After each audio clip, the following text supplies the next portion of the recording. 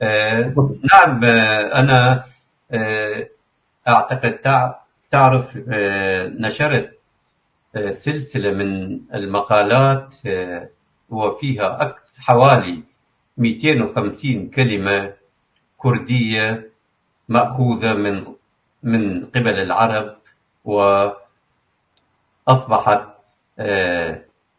في اللغة العربية، وعملوا بعض التغييرات لتناسب لغتهم ونطقهم العربي.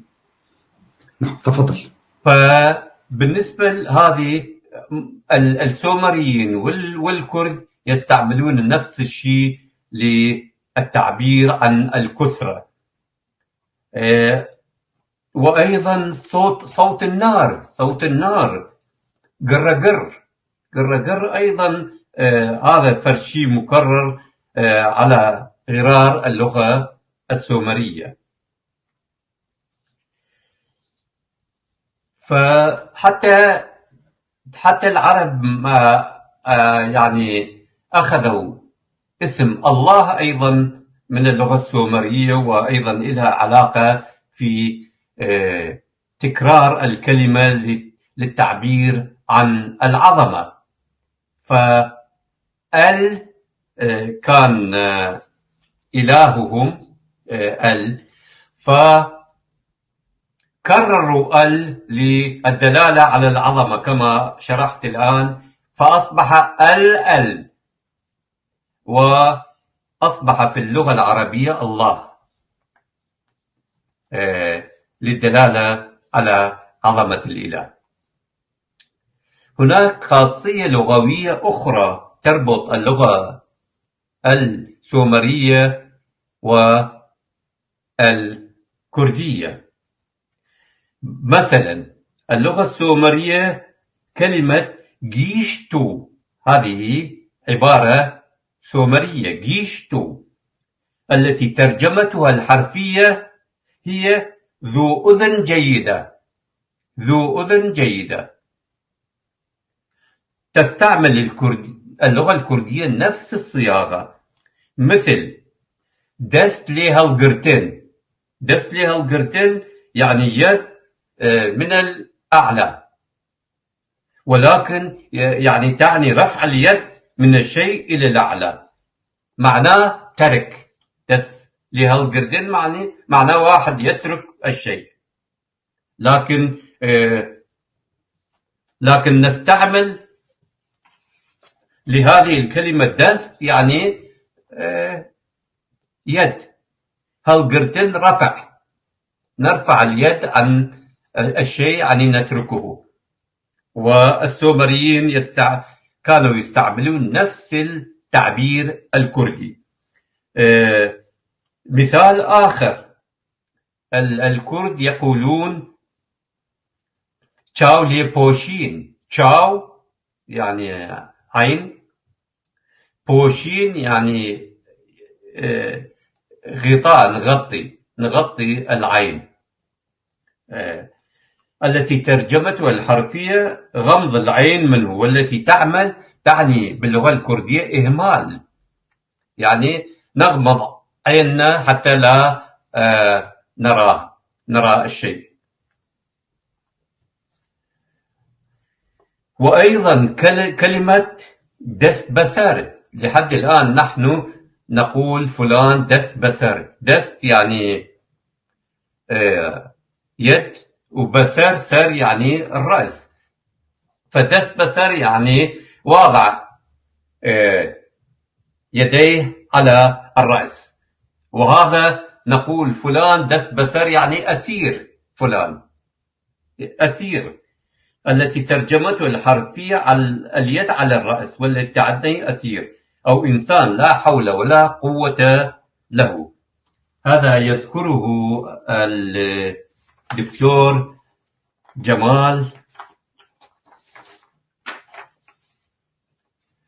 رشيد أحمد في كتاب دراسات كردية في بلاد سوبارتو، بغداد، صادر 1948، صفحة 25.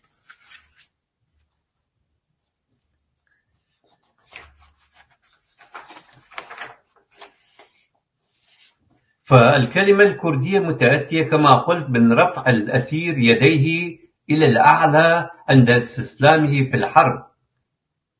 هذه الخاصية المشتركة بين اللغتين السومرية والكردية دليل آخر على أن السومريين هم أسلاف الكرد.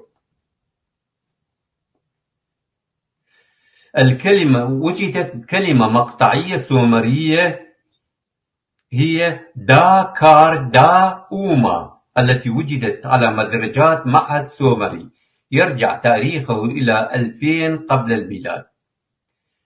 فسرت من قبل العالم الأثري دانجن على أنها تسمية جغرافية، وفسرها العالم الأثري درايفر على أنها بلاد كاردو السومرية، وحدد موقعها في جنوب بحيرة وان، وهذه المنطقة تشكل جزءا من بلاد الكرد الذين ذكرهم سترابون، وقال بأنهم نفس الكاردوخيين القدماء، وحدد موطنهم في شرق نهر دجلة وتوروس، وقال سترابون إن جبالهم تدعى جبال كردستان. فهذه القطعة الموجودة أيضا المكتشفة أيضا تشير إلى أنها كانت في كردستان. دليل آخر، السومريون قاموا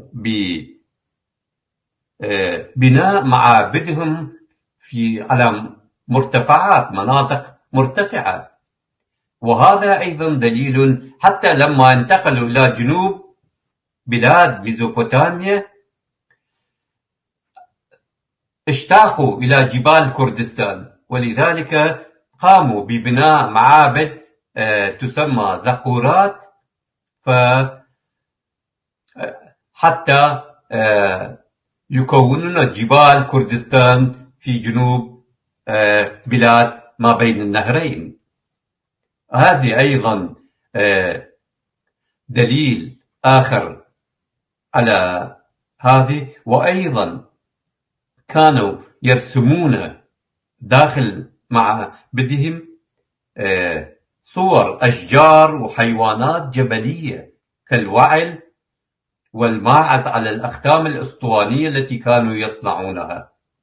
هذا مذكور من قبل الدكتور سامي سعيد الأحمد في كتابه السومريون وتراثهم الحضاري، مطبعة الجامعة بغداد سنة 1975، صفحة 42 وصفحة 82.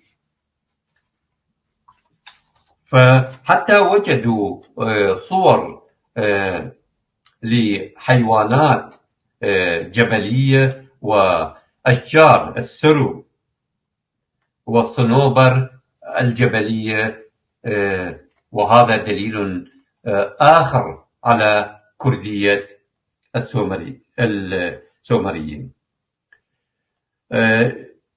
دليل آخر أيضا،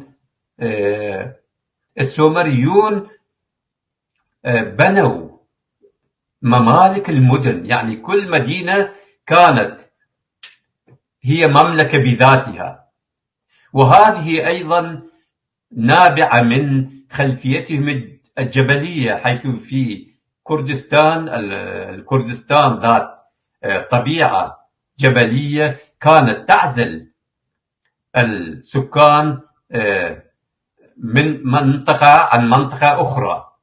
ولذلك عندما انتقل السومريون إلى جنوب بلاد ما بين النهرين اعتادوا على العيش المنفصل أو المنعزل عن البعض، فكل قوم في منطقة جبلية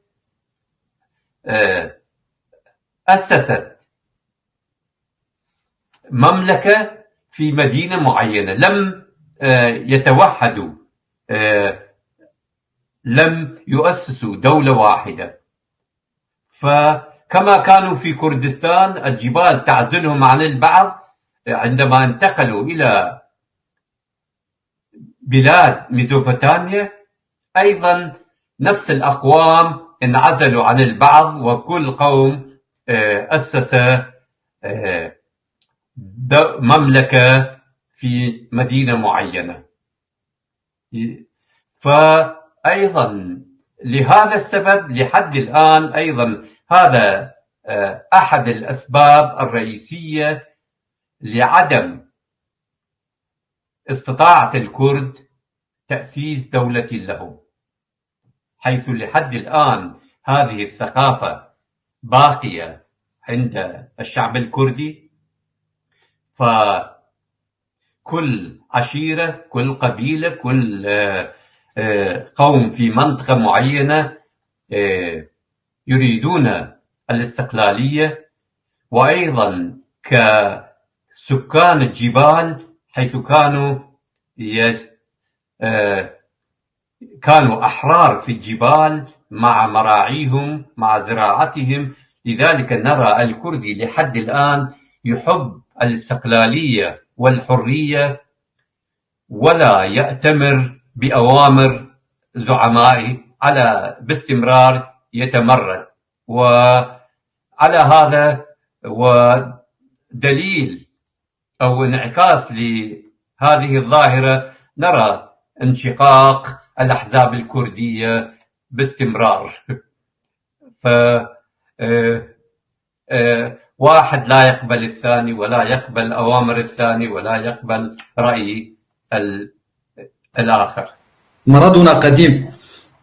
هذه طبعا ثقافة لها خلفية تاريخية قديمة.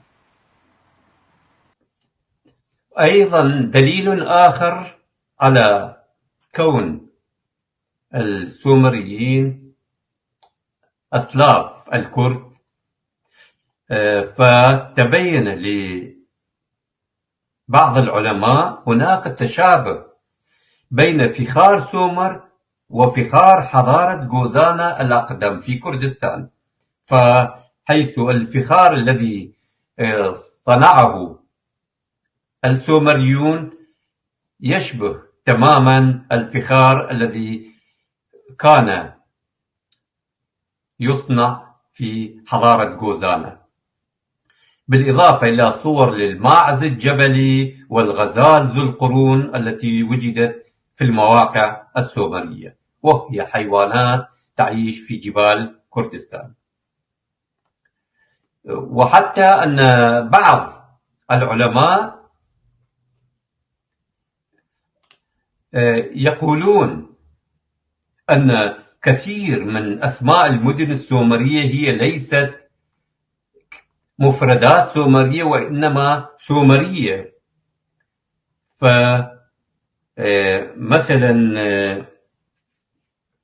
الدكتور سامي سعيد الأحمد في كتابه السومريين وتراثهم الحضاري، منشورات الجمعية التاريخية العراقية، مطبعة الجامعة بغداد، سنة 1975، يقول بأن أسماء المدن السومرية أور، أريدو، أوروك، سبار، لارسا، لقش، كل هذه الأسماء ليست سومرية بل سوبارية. طيب، من أين جاءت هذه الأسماء السوبارية لو كانوا لم يكن يعيشون في كردستان معا؟ لأن السوباريين لم ينتقلوا إلى جنوب العراق الحالي، بل بقوا في كردستان. وهذا يعني بأن السومريين أخذوا هذه الأسماء السوبارية عندما كانوا يعيشون معا في كردستان. وحتى يقول الدكتور سامي سعيد الأحمد بأن مفردة باتيس التي تعني الملك باللغة السومرية، هذه الكلمة أيضا مأخوذة من السوباريين، وهي كلمة سوبارية. الآن في نهاية هذه المحاضرة سأقتطف بعض المفردات المشتركة بين السومرية الكردية، لأن هناك مئات المفردات المشتركة، ولكن أكتفي بمفردات قليلة. الآن نأتي إلى مفاجأة كبرى. الآن انتهيت أنا من إثبات أصل السومريين، ونأتي إلى معلومة جديدة ومهمة جدا تتعلق بالسومريين. فكان هناك في وسط لندن كانت هناك بناية يمتلكها العراقيون في التسعينات من القرن الماضي، سنة 1990 1999. فكانت هذه البناية العراقيين، يعني ملك للعراقيين، اشتروا هذه البناية وجعلوها ملتقاهم، يلتقون هناك، وأيضا تلقى محاضرات فيه. وكان هذه البناية سموها ديوان الكوفة، هذه البناية في وسط لندن. فكان أحد العراقيين الذين كانوا يزورون هذا الديوان العراقي هو السيد فائق الشيخ علي. فهذا الآن أعتقد قناة تلفزيونية اسمها قبس، أعتقد قناة كويتية. فلحد الآن هذه القناة مستمرة بتسجيل حلقات مقابلات مع السيد فائق الشيخ علي. في الحلقة 37 من هذه السلسلة من المقابلات التلفزيونية، طبعا هذا الفيديو أرسله لي الصديق الأستاذ عادل كاكي، فأشكره على إرساله هذا الفيديو المهم الذي يتحدث فيه السيد فائق الشيخ علي. ففي هذه الحلقة يذكر هذا الشخص بأنه تم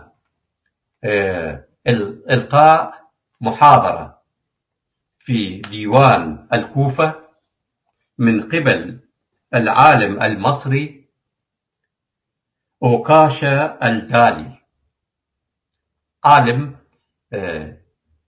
في الفرعونيات، مختص بالفرعونيات. فألقى محاضرة في هذا الديوان في لندن في سنة 1999. أكد هذا العالم المصري أن آلاف السومريين هاجروا إلى جنوب مصر قبل 5000 سنة، ويأتي بالأدلة التالية على هجرة السومريين إلى مصر. يقول هذا العالم بأن المراكب المصرية المستخدمة في النهر، رموز المصريين هو رأس المركب يكون رؤوس الحيوانات الأليفة. كانت رؤوس المراكب التي يركبوها الفراعنة كانت رأس الكلب أو قطة عند المصريين، يعني يصنعون رأس المركب على شكل رأس كلب أو قطة. لكن عند انتقال السومريين إلى مصر بدأوا يستعملون رأس الأسد ورأس الثور. هذا رأس الأسد والثور ما كان موجود عند الفراعنة. هذه ظاهرة جديدة نقلها السومريون إلى مصر. الدليل الثاني لهذا العالم وهو مصري. يقول: المصريون كانوا يزرعون القطن والكتان في مصر في ذلك العهد، بينما لم يكونوا يزرعون الحنطة والشعير والرز. السومريون نقلوا بذور الرز والحنطة والشعير معهم، وبدأوا يزرعون هذه المحاصيل الزراعية في مصر. يقول هذا العالم أن الأهرامات المصرية هي سومرية، فيقول أنها تصميم سومري. يقول بأن السومريين عندما انتقلوا إلى مصر قاموا بدفن موتاهم على شكل زقورات، فحفروا حفرة بعمق 10 أمتار، وثم وضعوا الموتى على شكل طبقات تحت الأرض إلى أن وصلت إلى سطح الأرض. فلما الفراعنة رأوا مقابر السومريين فقالوا: طيب أنتم تدفنون موتاكم تحت الأرض، فنحن نريدها فوق الأرض. فبدأ الفراعنة يدفنون موتاهم اعتبارا من سطح الأرض ونحو الأعلى، وهذه صارت الأهرامات التي نراها اليوم.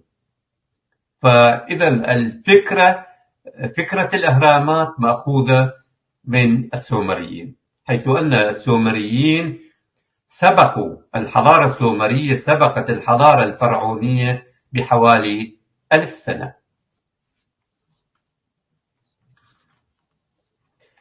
وأيضا يقول هذا العالم المصري بأن السومريين أيضا نقلوا إلى المصريين حرف ج، حيث لم يكن لهم ج، وإلى الآن المصريون ينطقون الجيم ج، فبدلا يقولون جمال يقولون جمال، وجميل جميل. فهذا الحرف ج هو الحرف السومري المنقول إلى مصر. فهذا العالم يقول قبل انتقال السومريين إلى مصر كان المصريون يستعملون حرف الجيم بدل ج. وأيضا نقل السومريون ثقافة سيئة أيضا إلى المصريين. يقول هذا العالم أن السومريين نقلوا أيضا ثقافة الثأر والانتقام. لم تكن هذه الثقافة موجودة عند المصريين فيما قبل هجرة السومريين إلى مصر، فنقل السومريون ثقافة الانتقام والثأر أيضا إلى المصريين.